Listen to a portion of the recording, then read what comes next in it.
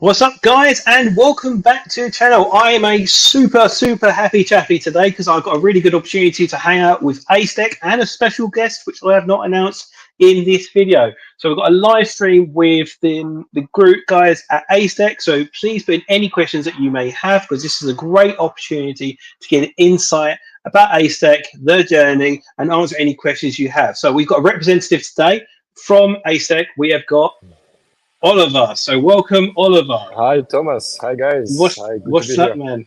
Yeah, I'm super grateful for you coming onto the stream. I'm just going to whack up some smooth background music, which I didn't do. So we'll get ourselves all in the mood. There we go. We're now with Ivan. Oh, that's nice. Yes, it's like being in an elevator. So yeah, cool. So thank you very much, Oliver, for joining me. So do you want to first of all just introduce yourself, about who you are, your role with Acedeck, maybe how long you've been with the company for? Oh, okay. So I'm Olivier, out of France, and I've been working with Acedeck since about a year now, a bit more than a year. I was first a customer, but I've been in eSkate for quite a while, and some things here and about with other companies. And I joined with them as a product consulting and marketing coordinator. So I help out with everything marketing and communication, but also I get to help out creating the boards that we love to make, which is amazing as a long-term eSkate fan. That's cool, man. I was going to say, it's really great to see. I think, is that a philosophy of Acedeck, kind of bringing the right people into the company? Because I've noticed that there's a lot of ex-riders who fall in love with the brand and want to be part of the community as well. So obviously you've been joining with the company for a while now. Have you seen more and more individuals be like taking part and want to be part of the company and part of the journey? Yeah, I mean, Acedeck themselves, which I learned recently, they're a group of people from China that all used to e-skate or skate together, came from the same schools and the same backgrounds. Some of them even worked for the e-skate companies in the past, and they grouped together to make the company. And then they were looking also for more input from people with knowledge, like on the DIY side, on the longboard side, to make better boards. And that's definitely something they and I try to accomplish, is listening to the right people.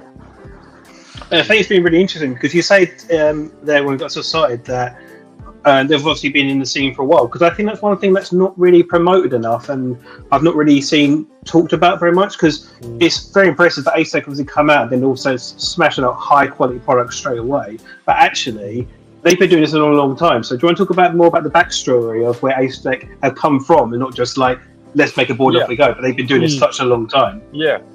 So the founder, Eric, he started the company 2 years ago, but before that he worked with different companies, including Propel, for a while.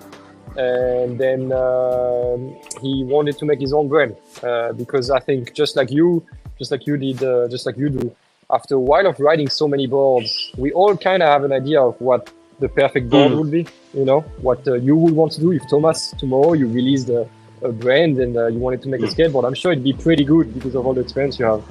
I hope so. And so, when he left, he worked for other companies after that. He went to Egypt and he met some people he wanted to work with, and he said, I want to make my ideal board, which was the RSX1 you can see on the very right of the first screenshot. And I think, the basic of it was CNC, stopping with cast. I think that was the first philosophy, that we don't use cast aluminum anymore. And then it was to achieve a quality gear ride that doesn't cost too much and isn't too heavy.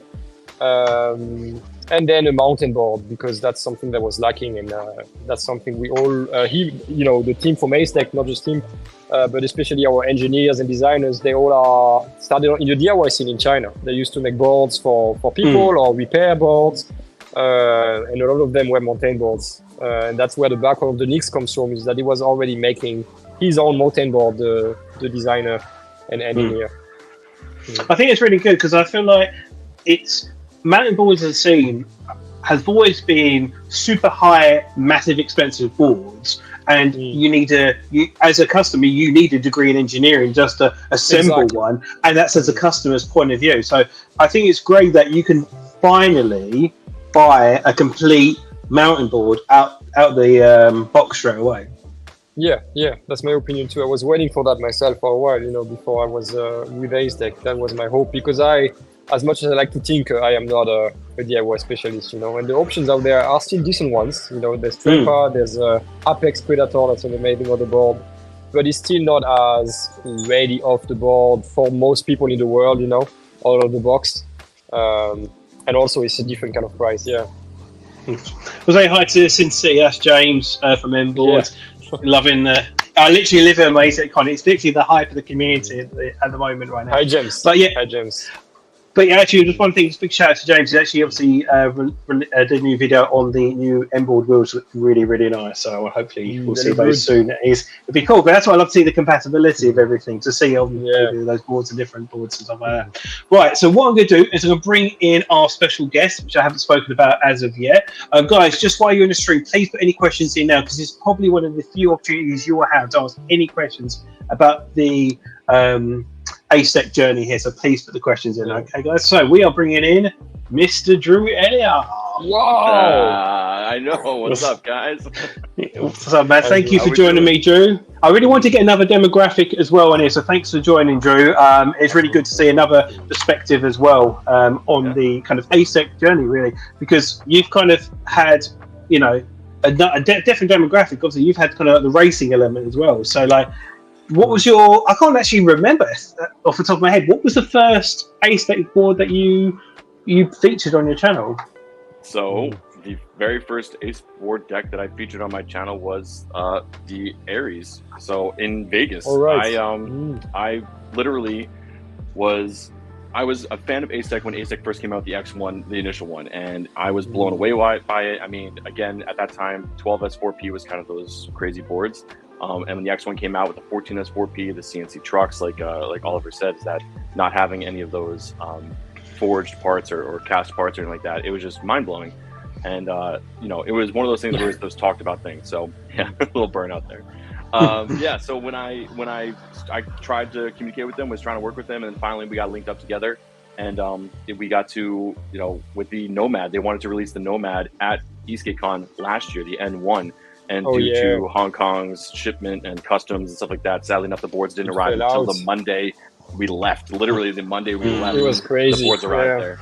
So, so my very first time was actually riding the X1 in Vegas. Was my very first time, and I, you know, placed second on it in there. So it shows how well the boards are performing and how everything like that goes. But yeah, I mean, it's one of those boards that it's a premium product, and I heard you say ask any questions. This is the time where I say urge anyone in the comments here to ask any hard questions as well too. I mean, Oliver, you're welcome to ask anything. We've had conversations where, you know, it's that serious amount of hard. You know, it's hard. It's hard for Eastgate companies to be able to appease everyone, right? You know, you have a customer that has a bad experience, they just start blasting it out. I think Acedeck's customer service especially is second to none. They really do step in, and you guys really do correct things. I mean, I've gotten parts shipped to me where stuff hasn't even broken on my board, but you guys are like, hey, we've had a few customers complain about this. We've gone back to the board. We redesigned something. Here is something just for free shipped out to you. And I know it's insane. I think that's a fantastic you know, part of what Acedeck represents. Yeah, for us, so it's like one of the main keys. Without good customer service, we felt like it was never going to work out, especially jumping in where all the companies were already, you know, Meepo was big, X-Way was big, and then you have boards like Lacroix and everything. If you come in and you don't have the best customer service, it's not possible. Very true. To be honest, that being said, actually, I don't know about you, Drew, obviously from a non-company aspect, I feel like that is, I suppose, the underrated king of the market. How many companies we see which maybe make okay products, but the customer services are outstanding, which means we come back again and again. So that brings the economy in. What are you saying about the accessories as well? I've got a question for you. We've obviously the mountain board scene that's been quite strong in the UK. My question is, why hasn't Acedeck offered bindings as an accessory for their mountain board? Oh, that's a good question. Yeah. That's a good question. So we considered it offering with the Nixie, obviously. From the first day we released it, you know, we looked when we made it, we looked at the possible off-the-shelf bindings that were available, and none of them were good. Obviously, the MBS bindings are amazing, but they're MBS bindings, and then the Trempa bindings are not so bad either, but they're Trempa bindings, and everything you can buy and then offer as an accessory For example, the sun-made bindings, they're just not the quality we wanted that would match the board. Like we didn't feel like we would be able to offer something. And then there's the possibility that we're considering of making them ourselves, but that's an entirely different project, you know. And that's why, for example, Power to Evolve for their bindings, they look pretty good, but they had to make them themselves. And that's a big step. The company's pretty young, so we'll look into it. For now, we decided we'll pre-drill the decks and we let the consumer find the ideal bindings for him, which we still advise today as the MBS F5. They're amazing. I myself have the Trempa bindings because they color match the board. I was able to get the right anodizing. It's more important. I know, exactly, of course. But for now, we just prefer to have no bindings than bad bindings on the board. Yeah, that's a really fair point. And I think that's a really transparent answer as well. Yeah, that's a fantastic answer. I didn't think about that. I mean, you're right. Why make especially coming from Acedeck's background, like why make a subpar product, you know, if you can't make it perfect in the way that you guys want it, and if someone else is making something that is a little bit better or something that, you know, is available that you guys love, just you know, point in that direction. Makes sense. Offer was option for sure. James has a question. Sin City has a question here. It actually looks good. I saw that. I was going to throw it in there now. So what's the question here? Here's my question. We're two parts. Part one. Acedeck has come out with a lot of models. Are they just friend us? That's a good question. I like it. To be honest, a part of it, the answer would be yes. You know, when you're starting a new company and you want to survive, you need to have some models that do well. And to be honest, we did try to see what would be, you know, what market we could enter. I would say that would though only be true for the product categories and not the products themselves. So for example, it looks like we have many boards, but in essence, we have 3 boards. We have the Nix, the RS, and the Nomad. And then the Stella series, which is more of an entry-level board for people who want a little board on the side, which is still good quality, but it's not, you know, the thing we're pushing the most. And from the RS, Nomad, and Nix, we then branch them in different categories. For example, the RS, there is the X3 if you wanted direct wheels. For the Nomad, there's a 2-in-1 if you wanted street wheels with gear drive. So we have a wide range of boards, but you can kind of group them in 3 main boards. And you know, and then we are able to see, oh, people really like street wheels, so we'll continue with the street wheels. Or you know, people really like mounted boards, but some are asking for more comfort, some are asking for lighter weight, so we'll make smaller batteries for less weight, even if it's less range. And that's how we want to please everyone, but also be able to find something that allows us to survive the next coming years, you know? Yeah. So I've got a follow-up question on that. Obviously, I'll be honest, obviously you've got a range of different products, different boards as well, and then you've got sub-tiers within those, or different configurations of battery sizes, stuff like that. This is really a hard question, so sorry about this one, but how can you maintain the quality with such a wide demographic of offerings? Is it built into the product specification? So when we make the Nix, whatever, we have it in mind that we want to have a variety of different battery options and motor options, and to be able to facilitate that. So is there having a framework and an ecosystem within each board to comfortably keep the quality and also have the availability for what they need? It's that, but it's also, so yes, to say what you just defined, it is this framework makes it easy for us to come up with incremental upgrades and create different categories of boards. But I think, and that's credit to the team before I joined them, Acedeck has an amazing relationship with their battery maker. They have an amazing relationship with their CNC factory, you know, and they recently switched to another CNC factory for better quality.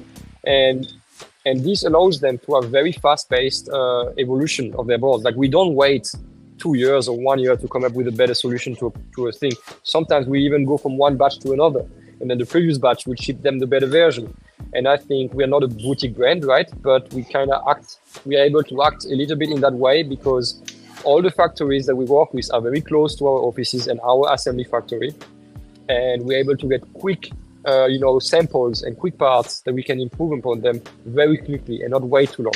So it's like, for our engineer and our designer, he's always saying it. He has so much fun because he has an idea. The next day, we can have a sample. In 3 days, he can make a complete board, and maybe in 1 week, if we all like it, we can decide, oh yeah, let's make that. It's fun. We love it, you know. And that's how we keep the quality because we have this relationship with these factories. Yeah. That's really nice. That's really clutch to be able to have that quick turnaround time, especially in R&D and development. And that's a really interesting. I know. feature. Yeah. I didn't even know that, honestly. So. Yeah, and to finish on it, this is what's so good about the stream, about talking about these questions, guys. So keep throwing them in. We're getting insight while we can. You know. And to finish on this question, I think the people expected, I think, Acedeck to be another brand from China that works with all these other brands together, but we are very independent. Like we do all our own thing together. It's our CNC design, it's always our parts and our designers, and then we collaborate sometimes with other people, but it's that we as independent as a boutique brand company. So that's why we're able to do all this. I would say that, you know, it stands out obviously differently, especially with your CNC parts, especially with your ESCs as well too. I mean, you guys have these custom ESCs that are, and I see that, I think James put that in there as like, the question is, how do you keep your boards so cheap yet so powerful? And I mean, can you speak on that a little bit? Like, where are you guys going to the factory? You guys custom, like, is there someone that's in, like Eric or anyone on the team that's building these things out of a VESC-based system and then transferring it over to like a more mass-produced ESC? Like, how does that working there? So for the VESC part, I'm not sure what you mean, but for the first part, wait, can you repeat the first part of the question? I got lost with the VESC thing. It's okay. Yeah. So it's like, how do you guys design like an ESC for yourselves and in-house, and then go to a hobby wing, or like do you design something on a VESC-based system? Like, you sit there with the ESC? Okay. Yeah. Oh, so if it's a ESC specific question, it's not Hobby Wing, but it is a company that started 2 years ago that doesn't really have a name, because they just do custom designs from us and I think two other companies that I'm not able to name. It's not Hobby Wing. The difference is, for example, Hobby Wing doesn't have a 14S battery, ESC, sorry. And is not able to go to that amount of amps. So that's why we went away from Hobby Wing to be able to get the power we need. And then they listen to our feature request, and then the other people that work with them that have their own custom design that end up very different, they're able to do it for them. But we start with the, in-house in the factory. We have many types of ESCs that we test and have fun with. And then indeed, yes, once we have the curves that we like on a VESC system or even on an old system, because a non-VESC system can still be customized in a way that customers can't have access to with the proper software. And then we're able to send these firmware changes to the ESC company. They kind of goes to the question here, which is the second part of James's question here. How do you keep the board so cheap? Yeah, exactly. That's the question I thought you were asking at first. First, the answer is, the very first part of the answer is easy. China. It's not the same at all manufacturing costs. So that's why we have a lot of admiration for all the non-Chinese companies that are able to survive all these past years, or a lot of respect for those that haven't, but like Lacroix, Hoyt, M-boards now, of course, it's much harder for them because the production cost, if they make it in America, is much more expensive. But I think it's because we have this exclusive relationship with, for example, our CNC factory. They're not Eastgate factories, they have CNC machines, and we're able to show them, one, that we're going to be successful, because that was the hard part, when you're making your first product, is to making them trust you in saying, we will be able to pay this, we will be able to make more of that, But from my experience when I was in China, I think that goes through having meetings with all our partners almost every week. Like my colleagues and myself, when I was there, we went to visit our CNC factory at least once or twice a week to see how it was going, to see what's working. And those close relationships, they allow us, of course, to get lower prices. And then because we are based in China, we're able to make deals with Chinese companies or Taiwanese companies a bit harder. But the main reason is that we are not making them in Europe and America. Yeah. So I got a little bit of a follow-up question on something you said earlier, but you didn't highlight at the time, was you saying we're not a boutique company. But the thing is, and I spoke to Drew about this the other day, back in the day, 3-4 years ago, a boutique board company would be something like Require Cali, Hoyt, stuff like that. Which have massive battery, CNC trucks, and it's a rocket. What within that aren't you doing in your board? For me, maybe my definition is wrong. For me, boutique means that you make everything in-house. Everything. Right, okay. But then isn't that what you're doing still anyway? Isn't that what you're doing as well? For example, Hoyt would mold their decks themselves. They would make their own battery structure. We are working with a deck factory to make the deck we want, right? We're not making the plies and molding the wood ourselves. And I think boutique is where it's entirely you from the beginning to the start, with some exceptions. For example, how it is not making the ESC, right? They're working with the ESC factory, the VASC factory. But that's why I say we're not boutique, but we're almost there, in the sense that the more we grew the past few years, the more we are doing everything ourselves, and hopefully even more soon. You know, the CNC is all us, all the designs, the decks is us, the tires, we're able to have our own tires now, you know, produced by Hoyt, but our design. And the more we continue that way, for the gear drives, I think the most important part is made by us. And the development of the 9-inch wheels, we've been struggling, but we're trying to get there, because all the samples we get out of 9-inch wheels are not what we want them to be. Such a tank. Like, I just, obviously there's a market, and obviously this individual wants it, and there's obviously people out there. 9-inch. Who wants a tank? Honestly, it's crazy. Oh, we have so many people. Many people. I think once a week I get 2 people asking me, when do we get 9-inch wheels? Or many people. I mean, I get it. If you're doing off-roading, if you're doing e-trekking, like if trekking, you're that's the one. like e-trekking, so like that's like, it's not off-roading. You're going e-trekking. You have no idea what potentially is ahead of you. Exactly. That 9-inch tire makes sense, because you can have that clearance even more so. Even though I commend you guys from iteration to iteration. You know, we're just reviewers. We really don't have too much input to what you guys are. Obviously, we tell what we like and what feels underneath there. And but like the iteration to iteration, the gear drive system alone, how you made that like that 30% smaller and that better ground clearance, not even by adjusting the tire or anything like that. You just literally just were able to make a smaller, better product with the heat-treated steel gear system. With the, 30% reduction in that alloy casing there. It's it isn't a testament to your CNC machine and your skills and stuff like that you guys are listening to. You're like, hey, if someone did want to put a smaller tire on here, maybe we give them a little bit more ground clearance, or let's leave it with the 180 on there and see have that much better of a ground clearance. So I mean, taking the Z3 off road was an absolute dream. And I mean, the X3, the X3, but the X1 with the new Element gear drive is my go-to. And I tell people, I rode that in New York City for 30 miles, that if I can ride that thing on street wheels in New York City for 30 plus miles and have like a few scratches in the bottom there, then you're set in that sense. I truly think it's fantastic. Yeah, I see Scott's riding it there. The gear drive progression is one of the things we're the most proud of. I still like our V1. The very first gear drive we made was for the Knicks. But they were so big, and the 30% is the 30%. They were silent. Silent. I know, so quiet. The 30% is over the gear drive from last year, which I think was itself 40%. Oh wow. Or 30% also from the Knicks Z1. So from the first Knicks to now, it's like at least 50% smaller. And I think a lot of the 9-inch request, the 9-inch tire, is for the people who have the older gear drives with less clearance. Of course, they would like to have more clearance with the 9-inch.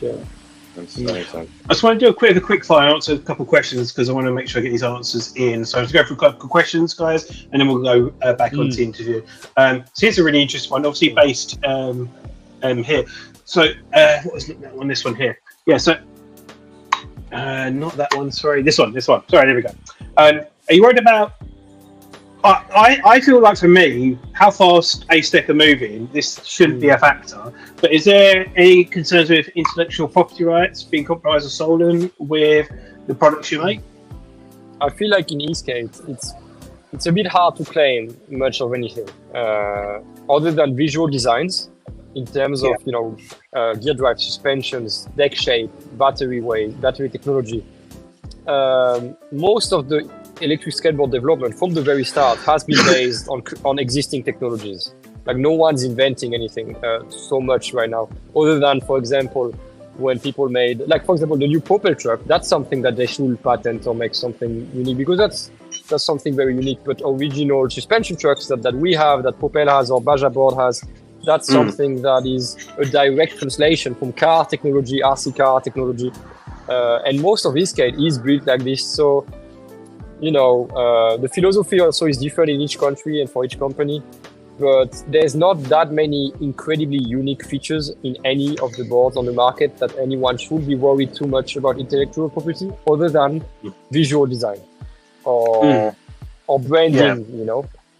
Yeah. So basically, if your representation is probably the most important factor, I suppose, at this point, because you know it's so there's so much market out there at this point. You know, it's just adapting it into making it more refined. And I suppose it's like that's the hard bit. It's like, are we copying or improving? Like, you know, I've noticed some boards in the past, and I'm just going to say, I don't care. It's like, for example, the Meepo Flow is an amazing board. Oh, but it looks like that's a good example. Yeah, but it is a Stoke. It doesn't need to look like a Stoke. It doesn't benefit in any way. It's its own individual, really good board. So I feel like sometimes doing these things hinder the product because it's a really good board. Agreed. Fully agreed. Which doesn't need to look like a Stoke in any way. Yeah. Well, that's a good point. That's a good call out. Sorry, I just want to see if everyone. Thank you, Sam. That's James again. That's thank you, James. Thanks, James. There's a user one as well. Will there be a remote which will be able to give you some kind of telemetry of the BMSs coming Remy, hi Remy. Remy's great. He's the one who did the video for the Z3, the promo video. A great video guy. Nice. So the remote is a big question we're always getting, because our remote is pretty basic in feature. We still like it. We still think it's a very stable remote. It works well. It's durable. But we've been working on making a more feature-packed remote, like the ones you've been seeing from other companies. We're a bit late on that because, again, for now we're happy with the stability of what we have. But more battery access. Exactly, but if you mean by BMS access, if you mean more information for cell balancing, etc., that's something we can already do. We for now we only show overall voltage of the battery. But yes, it's something we can do where you have much more information from the battery. I think there has been so many issues in the past from companies or DIY boards where balancing was such a big problem that people are still a bit afraid of what goes on now. But if you look into it the past years or two, not just from our brand, it's very hard to find a battery that has balancing issues because the cell quality has gotten better. No one is using the cheap ones we used to use. And you don't even need a balancing BMS per se. It's better, but just saying, we will for sure consider having the voltage of each individual cell and packs, but for now, the all you can see is the overall voltage of the battery. Which, personally, for me, I think that's totally fine.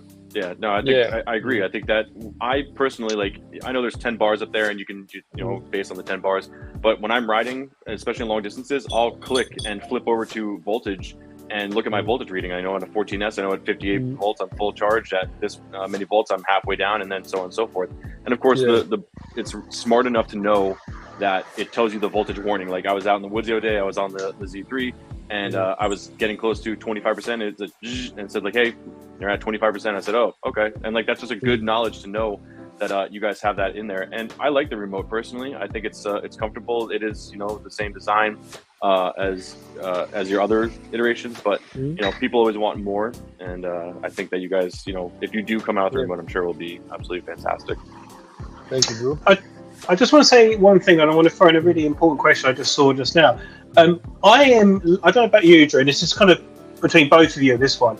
I'm loving more and more of these Chinese companies realizing the impact of collaboration, how it benefits everyone. So, like, obviously, obviously, Drew, you've featured these with the Acedeck Mad Escape wheels. How are these things coming around? Because I feel like there's this protectiveness of like, oh, I can't work with you, I can't do my thing because it's risking, exposing my secrets. But I'm loving seeing more and more these collaborations put in place and benefiting everyone. I feel like there's been a real turnaround with that kind of culture now. So how's that come about?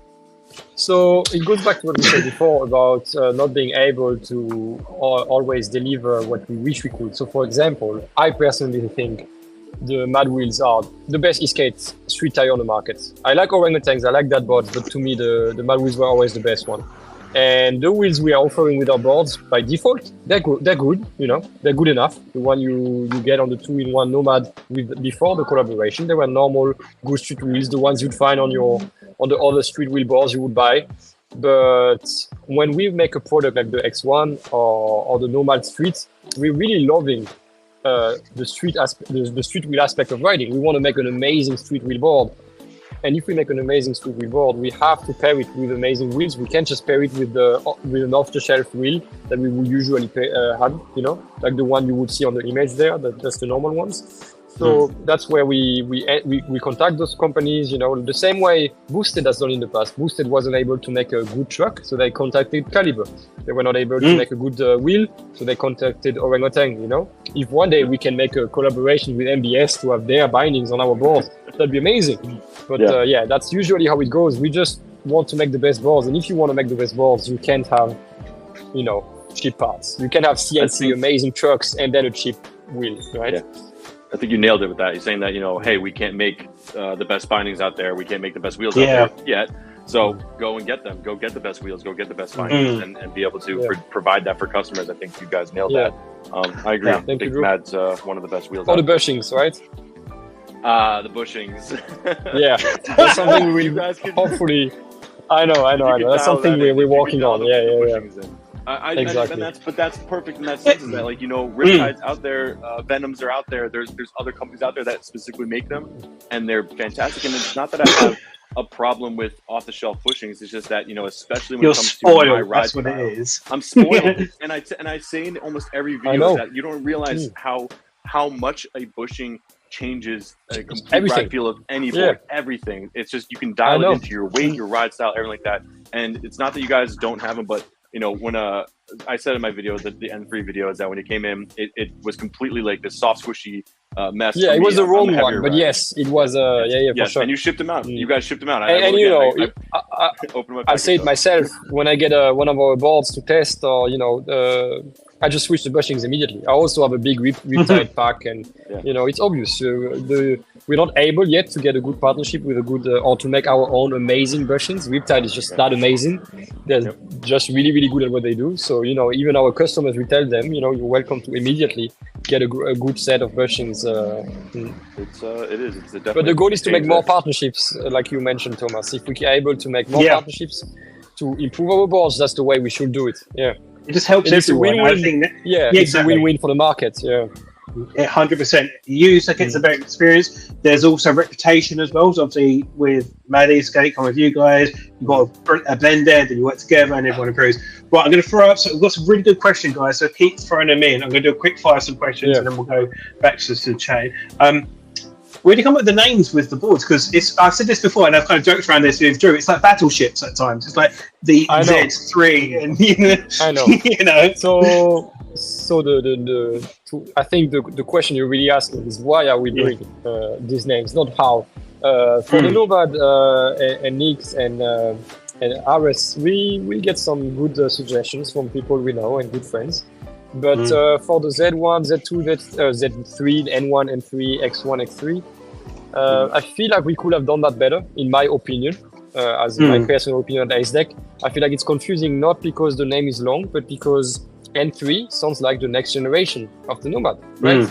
Z3 sounds like it's the next Z1. But no, they are two independent products that we are still developing and improving. There will be a future Z1 2025 at some point, you know? And I guess some customers believe, the N1 was amazing, the N3 is better. I mean, it's a better board, but it's not the next upgrade. It is just a different board. So I guess we should have a better naming system, but now it's a bit hard to get away from it. That's why we skipped the 2, you know, so it doesn't sound like it's the iPhone 2 or the direct, exactly, So we're a bit stuck there, but we can do better with the names. I love the names. Nomad, RS, Nix, but I love them. Yeah, that's cool.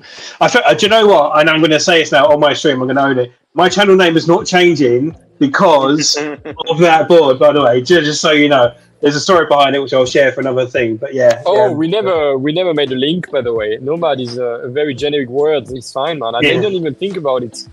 No one said that. But there's a long story behind it. I think Drew told me.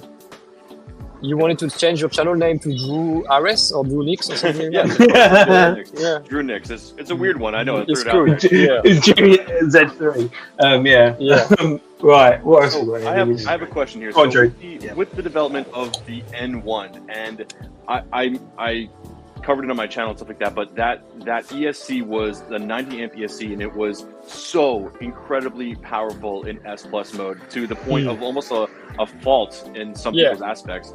And then going to the N3, what obviously you guys did you like, was it directly from the customers that you were like, this is too powerful off the line, this is too much? And was it something that you were like, I mean, I warned people. That's a greed again, Drew. I did. I had people that were jumping on the N1, and they're like, yo, what's the top mode? I said, don't go in the top mode. And they're like, no, I got this. Like, please don't go in the top mode. I had a friend who literally ate shit. He wrote it and literally went 25 feet and just like fell off because he was like wasn't prepared for it. And I just think that. So my question is what was it directly from the customers that you were like, this is too much power off the line, too much everything off the line, that you guys went to a linear kind of more like, let's get the mid to highs and really pull it all the way through? I think, it was absolutely from the customer feedback, but it was more, thanks to them, a realization of that we went at it wrong. When we made the N1, we really wanted to make a race performing board. It wasn't, the RS and the Nix had a normal curve. No one had a complaint with the acceleration of the original Z1 or the original RS. So it's not like a mistake or something. I mean, it's not like an accident. It was just a purposeful mistake in a sense. We wanted to make a very quick off-the-line board. And then we were afraid that because it's so quick, we need a bigger dead zone so people don't accidentally go too quick. So quicker board, bigger dead zone. And then the feedback was the board is too quick, the dead zone is too big. And we're like, I guess people, even if they buy a race board, they still want to use it safely and every day. And we just realized we went a little wrong. Also, the curve could have been better from the start, for sure. There is some unexpected behavior that in testing, I or the team never realized. The first people who told me was one of my very good friends from where I live. I got the Nomad, I love it. I was testing it and I was very fine with the way it acted. I'm used to off the line quick boards. I'm used to bracing myself, in every situation. And he tasted it and he was like, I don't like it. This is not good. And we went back to the drawing board. And for the Z3, for the N3, but also for all the boards we are making now, including the N1, it comes with a very different firmware. Since early 2020, since December last year, if you buy an N1 now, it doesn't have the firmware that you guys had when you tested the board. Okay. So we don't only change the next boards, we also change the firmware from the ESCs that we are delivering now for all those boards too. But it was customer feedback and we were very thankful for it. Some people were very angry, as they should be, if they felt in danger, it was a lot. I mean, it was a lot. So just a quick side note there, is that something that you can customize with the old N1? Can I go back with the old N1 and flash that firmware up to it? So you flashing is hard because you need a specific cable and everything. So it's not something we can do easily to customers. The parameters exactly can be changed, but from the feedback we got, some people still were not happy even after the setting change, because the setting, they changed the acceleration line, but they don't change the dead zone amount. That's stock. It's not something you can change through the settings.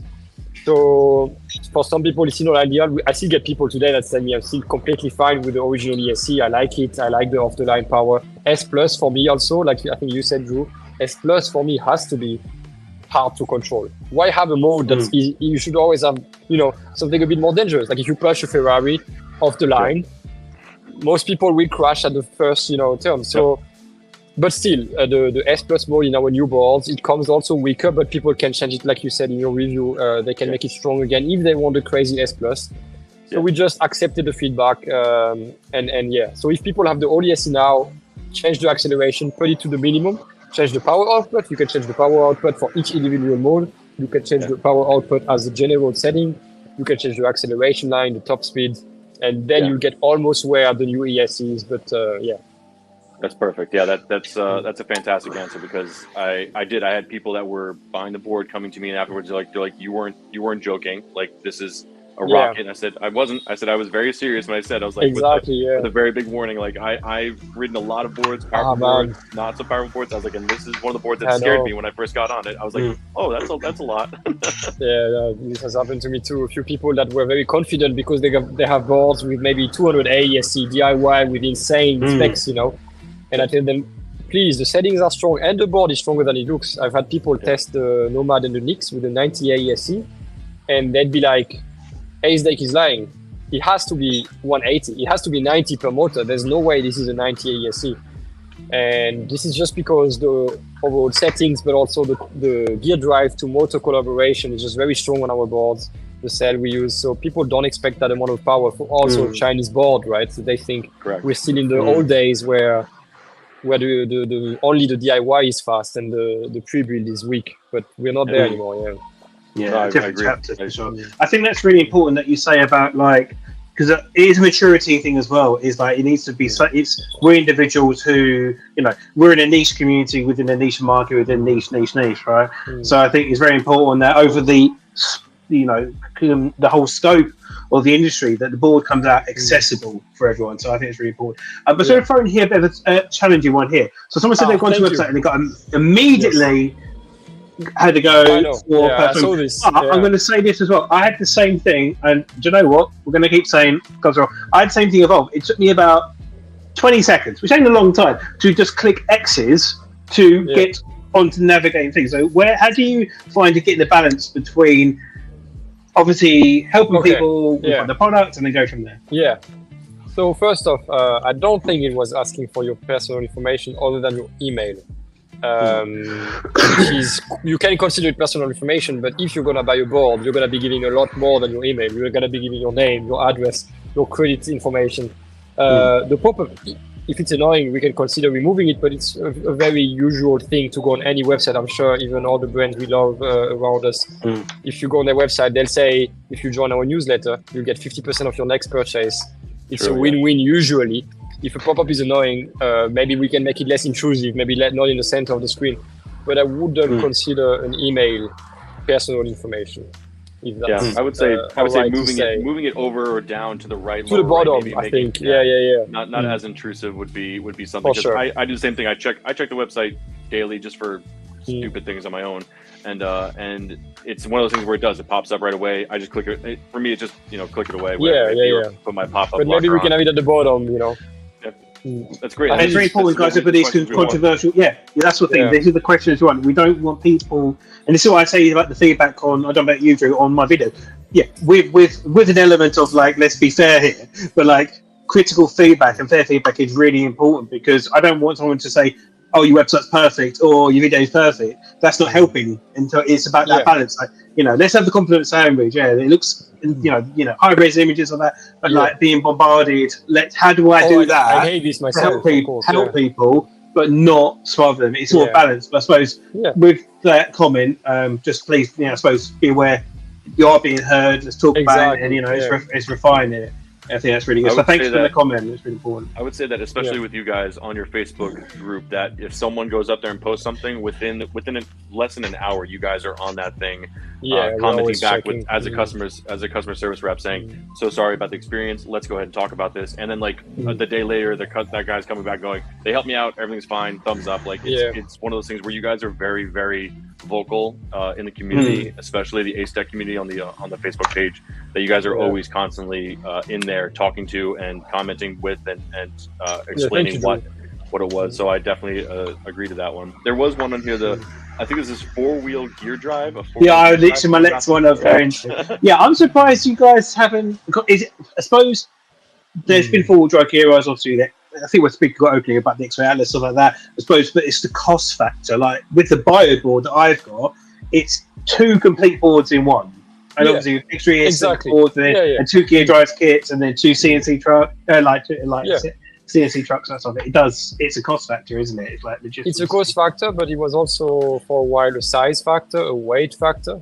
We had a 4-wheel drive board before, a belt-driven 4-wheel drive board, so you can see it on the right here, if they see the same screen as me. Get the areas, I get it. We had a 4-wheel drive board, but we haven't had a 4-wheel drive gear-driven board yet, because we didn't feel like our gear drive were small enough. We're almost there. I think we are already there. I don't think we're gonna make an RS 4-wheel drive soon, but it's possible we'll consider making a Nix 4-wheel drive soon. We're just, trying to reduce the weight of our boards, because off-road, you can have the best trucks on the market, the best rear-driven power. 4-wheel drive is just something else. I've had 4-wheel drives off-road before. That control that you get over e-trail, how do you call this? E-trailing? Yeah, e-trex is just like it doesn't matter how strong your ESC is. 4-wheel drive off-road is something else, especially in grass, sliding, stuff like this. So we really have a 4-wheel drive one. Yeah. And then, like Thomas said, it's 2 boards in one. And as reliable as our boards can be, if we're not, for example, satisfied with some of the motors or stuff like this, if you're buying a 4-wheel drive board, you're getting 4 times more parts that can have an issue, or 4 times the expense, or stuff like this. So, when we feel confident that we can make... Is that is a 4-wheel drive. We have one in a way. So it's for people who want to upgrade the original RSX1. We didn't make a gear drive for it because we were focused on better things, the very first RS, but Lean Power made one compatible for our board, so we advertised it so that our very OG customers can still have gear drives. I've ridden 4-wheel drives, and I don't know if I see the benefits in it. I mean, I rode the Atlas Pro 4-wheel drive when it first came out, the belt drive.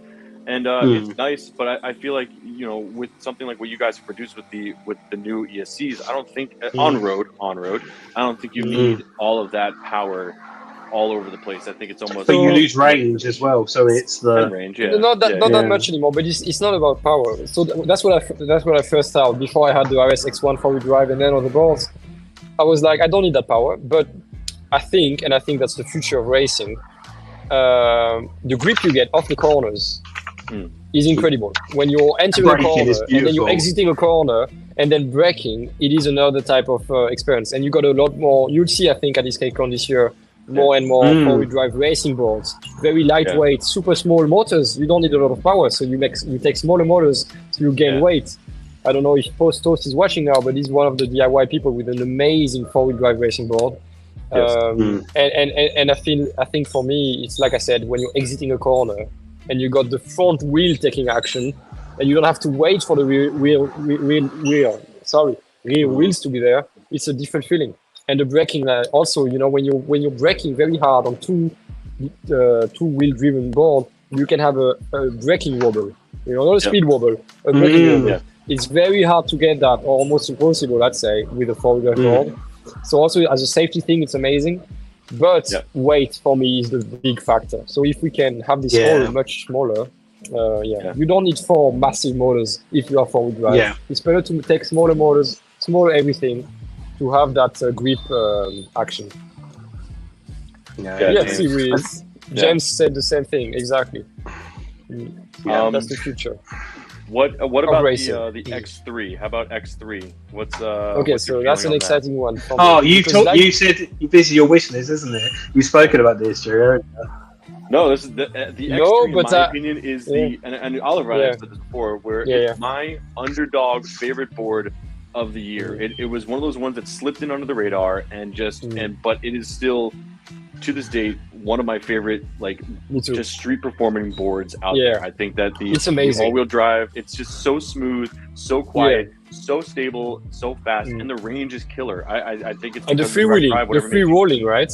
Free rolling. I kick push this thing all over the place. I customized it. It's staying in my arsenal. It's one of those things. Yep, there you go. I've got some good news. Wait. Yeah. Oh no, wrong one. No, even worse. We don't want to see your face. I'm on the screen share. That's why I got it. Who's that? Oh, Jesus. There we go. I've ruined it now. I've gone too far. There we go. No, there we go. Right, go. Oliver, go. Right, so before the good news, I'd say we love the X3. We don't feel like it's the perfect board, though, when we were making it, in the sense that I don't think a street wheel only board should be carbon fiber. I think it's better if it's wood, if it's street only. I think the motors, they're good. I think we can find better. We can have better motors. It was also one of the last collaboration we had where This was more of not a co-design product. It was still us, but we were partnering with another company. And now we are trying to make it just like every other board we have. That would be the last one where it's really only us. We are redesigning it, making a new one. Hopefully, it will be out at some point this year. That's the first time we're saying it, and I hope no one's mad at me from my team listening this. Hopefully, it will be wood. The goal see this hand come out. Yeah, good point. I'll just shut off. So we are still working. Like we have still no idea if it's going to be wood or carbon fiber again. I'm hoping it's going to be wood. If it's carbon fiber, it's going to be thinner. If it's going to have stronger split angles, better trucks, better motors, Mad Wheels collaboration. Hopefully, we can make it happen again.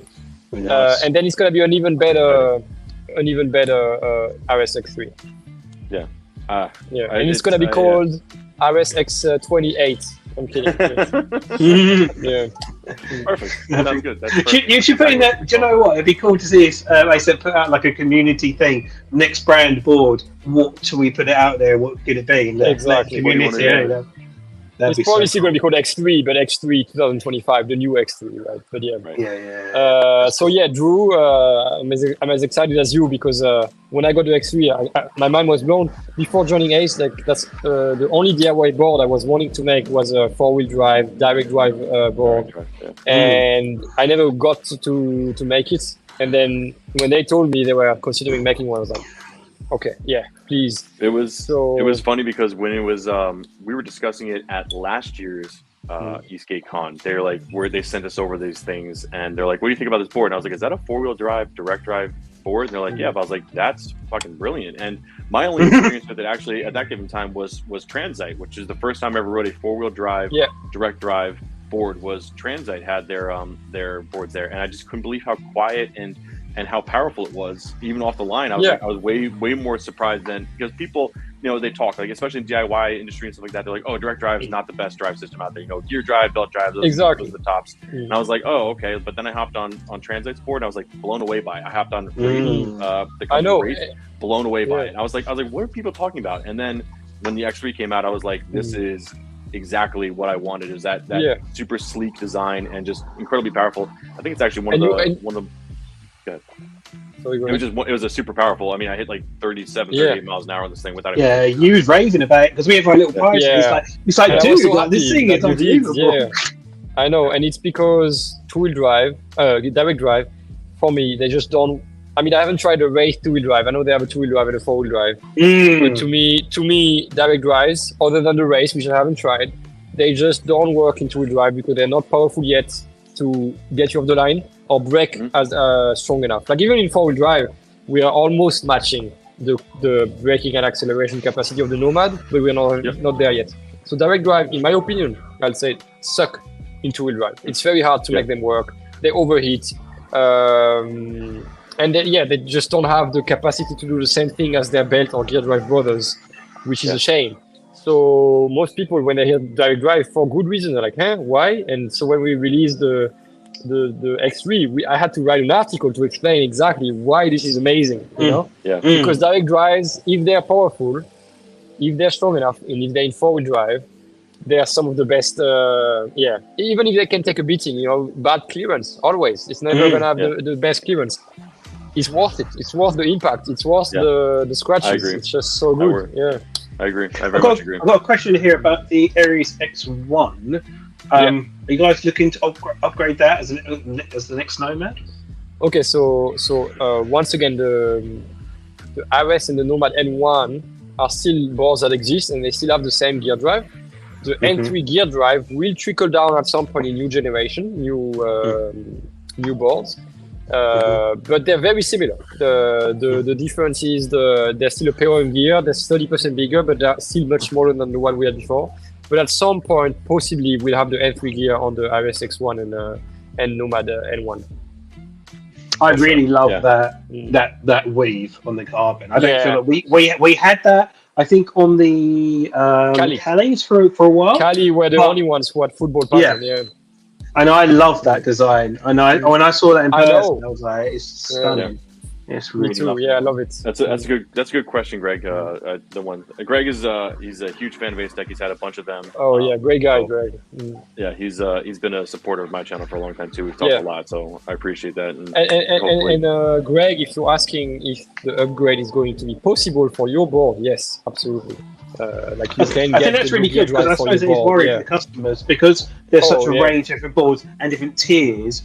Is the goal with all the boards to have ecosystem compatibility as well? Yeah, because it's hard. Because it's hard to be like we want to push it forward, but we don't want to isolate our current gen. But it's like the balance between the whole thing. That's actually a really good question. Can you answer that question? Is because I get this question all the time. Is that gear drive? People are scared of gear drives because of proprietary ship on that in that aspect of they're like, oh, I can't buy another part off the shelf, whatever it may be with braking. So, I mean, are you guys offering or can you offer on the website like extra parts for just those specific things that if people did want to buy extra gears or whatever it may be for previous generations and the generations they have now, is that something that you guys would offer on the website just to have spare parts? Like I know for me personally, I also have a few things that I don't have to wait in the background. So if something does happen, like something that is a catastrophe or something like that, that's a good point. Chip a tooth or something like that, to have that ability to be like, you know what, I have 2 sets in the cupboard. There you go. And slap them on. So is that something that you guys would be potentially offering down the road? Because that's number one question I get is so we already have some of those spare parts, but usually, for example, the gears, the POM gears, which I don't know why people think we're breaking a lot. I keep saying this to people. We've only had one real broken gear out of the previous gears, and then we had 2 issues with 2 different customers, one due to user error, another one we're not sure what happened, but we have them already on the website. Usually if a customer contacts us, we can work something out if it's still under warranty or something. And if they have a broken gear later on, we'll always have them. And then the fear of proprietary part, I wouldn't say it's valid here, because if your board has a broken gear, if it's a broken gear only, yes, it is valid. You would still need the same gear, but gears are not proprietary in design, just in size. So it's harder to find the correct size and the correct design. Right. But you can always change your gear drive to a different brand. You can always change your truck to a different brand. You can always switch to a belt drive. I wouldn't say you'll ever be in a point where your board is dead because you don't have that specific gear. There's always a solution. But as Greg knows now, I hope, and many of our customers know, we always try to make all of our parts, how you say in English? Ecosystem. Backwards compatible. So backwards compatible, everything we're releasing, for example, for the NICs, even the suspension trucks, we're making them available from the 2022 NICs. The gear drives, they're available to the very first RS, but the RS X1 2022, and then we partnered with Lean Power, so they still have gear drive options. Of course, it makes sense. Of course, one, financially, why would we not make other previous products upgradable? I think some companies don't because they want people to buy the new one. But for us, it makes also sense to sell it, to previous customers that want to upgrade their powerful board, and the 90 APS-C Aries X1. I know it's still an amazing board. Why? Exactly. Why would you want to go any other direction? I mean, I still ride that thing, that Element gear drive. I will not get rid of that board. It's still my favorite. Honestly, it's one of my favorite race boards to be able to hop on and have those street wheels and rip it up and down. So it's like, why would I even think about getting rid of that? Exactly. Like if I'm upgrading something down the road, it's like it's not necessary to do so. It's like maybe 2 years, 3 years down the road, if your batteries are going completely dead, then that's a different scenario. But I think power-wise and stuff like that, if you're looking to change out gearing or whatever it is, I don't think you need to worry about that. I think you guys have that covered. No, too much. I just want to throw in something because we are flying through this interview right now, so we're almost at time. It's absolutely awesome. Just one question I had actually, which was on my channel, and it was relevant to you guys, and I said I would ask you guys and obviously other companies based within China, how, especially for the UK demographic, how does it work for people? Say if I ordered one of the boards and shipped it to the UK, where do the additional fees are part of that, like shipping, import tax and stuff like that? How are those affected into the purchase? Are you aware? I know it's a bit of a tricky one. It's one of the logistic ones I had. Exactly. I'm not in the logistics, so I wouldn't be able to answer, but I feel like I will know if it was very difficult or much more expensive for UK customers. I know I have a lot of trouble getting stuff from the UK. When I order parts from the UK, from the various brands there, I have to pay an insane amount of stuff. But I haven't heard yet from customers that they're having trouble buying from us. It might be just because we don't have that many that complain. But it's something I'm sadly not able to answer. I don't really know. No, that's fine. That's a really honest answer. Would the goal to have just the UK demographic, or having potential more like outlets within the UK? So if someone was to order, they could ship straight to. Would that be like the ultimate kind of? I mean, I feel like you mean like us having a UK warehouse. Yeah, for example, there's a question here from James as well. Does Acedeck have a UK shipping facility already? So, for example, like... Oh, yes, sadly not yet. We only have 2 warehouses, one in Germany, one in the US. And a third one in Poland, I believe, but we're switching. And in UK, I wish I could say yes, that we would want to have one now. But of course, it depends what kind of market we're able to create for our... And I know that we want to, we have, I believe we have an amazing mountain board. I know there's other amazing mountain boards. I feel like the Apex Predator is top notch as well. So they have a and that's amazing for the UK group. You guys have a very beautiful e-skate world there. I feel like your own local scene that is that I wish we had in every country. In France, we don't have that. We don't have this amazing Trempa, Apex, and other brands that are making boards for us. So it's hard to enter that community, which makes sense. We don't want to also to create any problems. But if we're able to get a bigger UK market, then for sure at some point we'd consider having a warehouse. But for now, I wish I was able to know what kind of VAT you guys have to pay if you order from us. That's a good question. I'll ask myself tomorrow. No worries. It's one thing I will continue looking into, because obviously it's one thing. These are the smaller things that add on to it. So guys, I'm going to go over. I'm going to give it a 10-minute golden window, which I never do, just because we're really flying in, get some really good questions in. So if you guys have any further questions, please put them in now. Go. For example, Tim's our guy for the UK, for sure. He's one who's doing really good stuff these days. Who said this? Please let me take a screenshot. Don't worry, I'll sort you out after stream. He's one of the content guys over here. He's doing really good stuff. So I'll put it off stream as well. So so I've got one question from me. So when a CNC machine and Acedeck fall in love, is this where all these boards come out of? Like, is there like a massive CNC machine in the Acedeck? How did that relationship get? Because I'm surprised you're not bringing out wallets, which are CNC'd at this point with every purchase at this point. I mean, we're getting there. No, not wallets, but we realized that we should make some fun accessories for people who own them with the same CNC elements from their trucks. For example, if we have sometimes we have failed samples and we still have a block of aluminum that we're not going to use again to make a new truck, we can use that same block or truck to make a little keyring or something. But yes, for your question, we don't have a CNC machine in our factory. We have a CNC factory we work with that is like a 10-minute drive or 15-minute drive from our factory, which is amazing. That's why I say we go there almost all the time. We're almost at the CNC factory as much as we are in our offices or in our factory. Like I told you, that was from the very start. We always had a lot of CNC parts. From the RS-X1, there's still just as many now as on the N3. I think the N3 now has the bash guard. That's an added CNC part. But like I told you, that from the very start, I wasn't there yet, but Acedeck didn't want any cast parts. It was more expensive at first to produce, but now, as I told you, we've built that relationship to a new level, so we're able to get more parts done.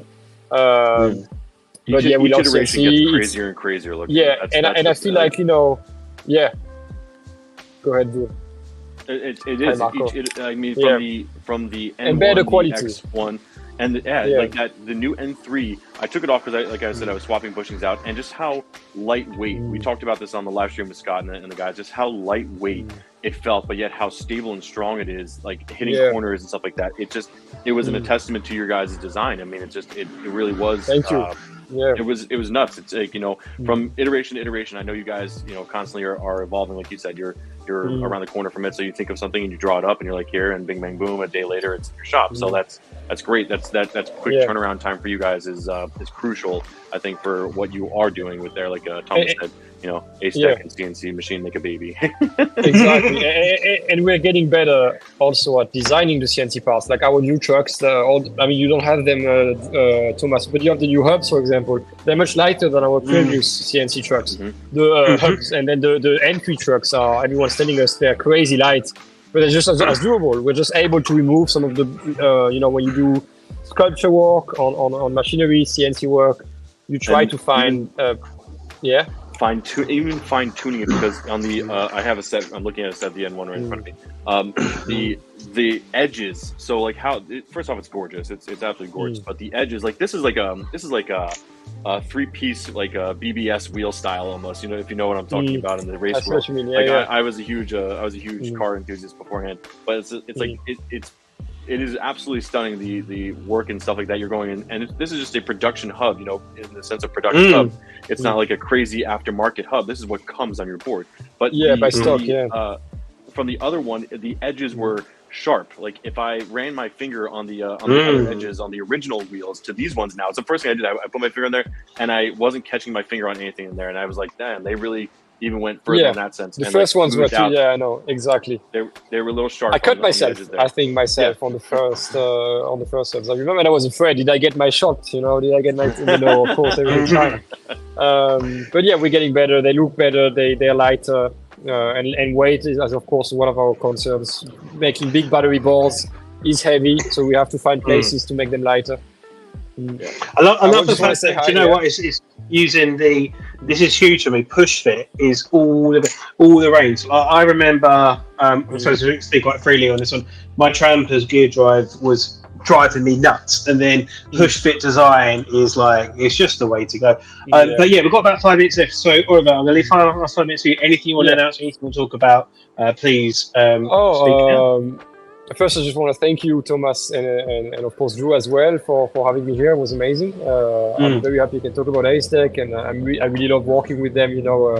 Like I said, I've been skating for 10 years, so being able to work on these boards that are every time my ideal board, it's amazing. And then I've been watching you guys for a while now, and it's good to get to know you guys. And the announcement, I guess, that we've made public already. We're going to be at EskateCon. I'm going to be at EskateCon. I'm gonna be able to meet you guys in real, and also say hi to any of our customers or fans or haters, whoever wants to say hi to us. The door is open. I'll see you in the parking lot. Yes, with a CNC bat, and then I want to say hi to everyone in the comments. Thank you for your questions. I want to say hi to Lua Stone. He's a previous roommate in Austria, a guy I lived with, and someone that is also a very big e-skate aficionado, and also a big feedback guy for our boards. I get to test the boards when I'm not in China. He gets to test them with me, so it's part of him also that the boards are getting better. But thank you to everyone in the comments. James, of course, you were on point.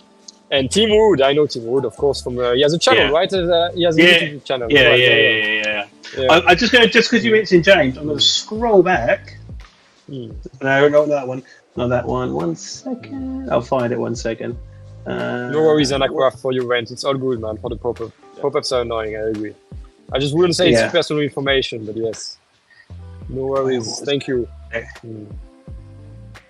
Acedeck Aimboards collaboration. I feel like we're already collaborating because EskateCon is an aimboard project, and I've been loving right now. They're amazing. Just want to say, if for the people that are not aware, EskateCon is of course an insane amount of work, and aimboards and Mike and they're all been amazing and super easy to work with. So if anyone from aimboard is here, thank you. Definitely. Collaboration, I don't know yet for the boards, but yeah, it's a pleasure to work with them for EskateCon. It's a big event, I was going to say, great. I was going to say it's been really good talking to you, and I really respect the transparency and whatnot. And like we were talking about things we want to do, maybe some videos and shoot, and you're like, I want everyone involved. And I think that's really admirable to say. Like I'm just gonna. if there's a last message I want to say, I think it's because eSkate is amazing, but we're all having trouble to growing the sport. It's not really bigger than it was 2 years ago. The number of people riding, the number of people buying boards, they're just buying from different brands. And I think the only way we can make the sport bigger is if we don't shell up, not just as brands, but also as a sport. You know, we have to include people like on e-trikes and everything, and UCs, and try to make the sport bigger than it is. Because for eSkate to survive, we need more people. So the more we can spread that and collaborate with people, the better it is. Yeah, definitely. It's going to be the place to be. So I can book this. What are you flying in? I am arriving on the 1st to see to get some boards. We can hang out there. Yeah, we can hang out. Yeah. Cool. Right. Anything else you want to say, Drew, before we wrap it up? No. I mean, you guys have answered a lot of questions here. I think the transparency, like Thomas said, is fantastic. I think that, especially in this industry, in years ago, you know, a lot of Chinese companies had incredible bad reputations, but I think you guys are changing the face of that. And I really do applaud you for the amount of effort and everything you guys are putting in there. I mean, there's without challenges, I'm sure. And but I know that when it comes to the eSkate industry, when you guys release a board, people listen, people watch, people are like, they're blown away by the specs. I've had other companies, other people come to me and go, how the hell are they doing this? And I'm like, I don't know. I was like, I don't have the answer for that, but I think you guys are when I always say knock it out of the park, I think you guys really are every time just lining it up and knocking it out of the park. Much appreciated. So, I'm looking forward to it. I'm looking forward to eSkateCon. Yeah, me too. It's going to be fun. And anyone who wants to say, sorry, if I may say, anyone who wants to ask more questions after this, they can message me on Facebook or on the Facebook group. I'm always open to questions, concerns, criticism, anytime. Not just this live, but whenever. Yeah, we'll hang around for like a couple of minutes afterwards in the chat if anyone's got any last questions. But yeah, I'll wrap it up here. I will stop that a second. But I'll say thank you, Drew, for co-hosting and showing your engagement in this. It's been good fun and good to start up your day. It was a good one. All of us have been super transparent. And I don't know about you, but I know for me, Drew, I warm to the company so much more when they're like, we don't want you to say this thing's amazing. What I want you to do is work with us to make the product better. And that's it's been gospel throughout the whole interview today, which is about being transparent and proven product, and it is proof in the pudding with what you guys are releasing. So I'll say really great work, and it's really great to finally meet you in person. Well, we're going to meet you in person, you know, a couple of weeks. I'll be sick. We'll do some shooting. 2 weeks, a bit more than 2 weeks. I can't wait. Guys, if you haven't subscribed to the channel. Also check out Drew for more Acedeck content, because he's got a variety of other things that we haven't featured on the channel, so please check that out. But yeah, thank you so much for watching. I'm going to finish the stream there, and thank you so much for taking part, and thank you guys for being part of me with this live interview today. It's an absolute fun blast for us, so thank you so much. So I'll see you guys later. Peace. See you soon. Bye-bye.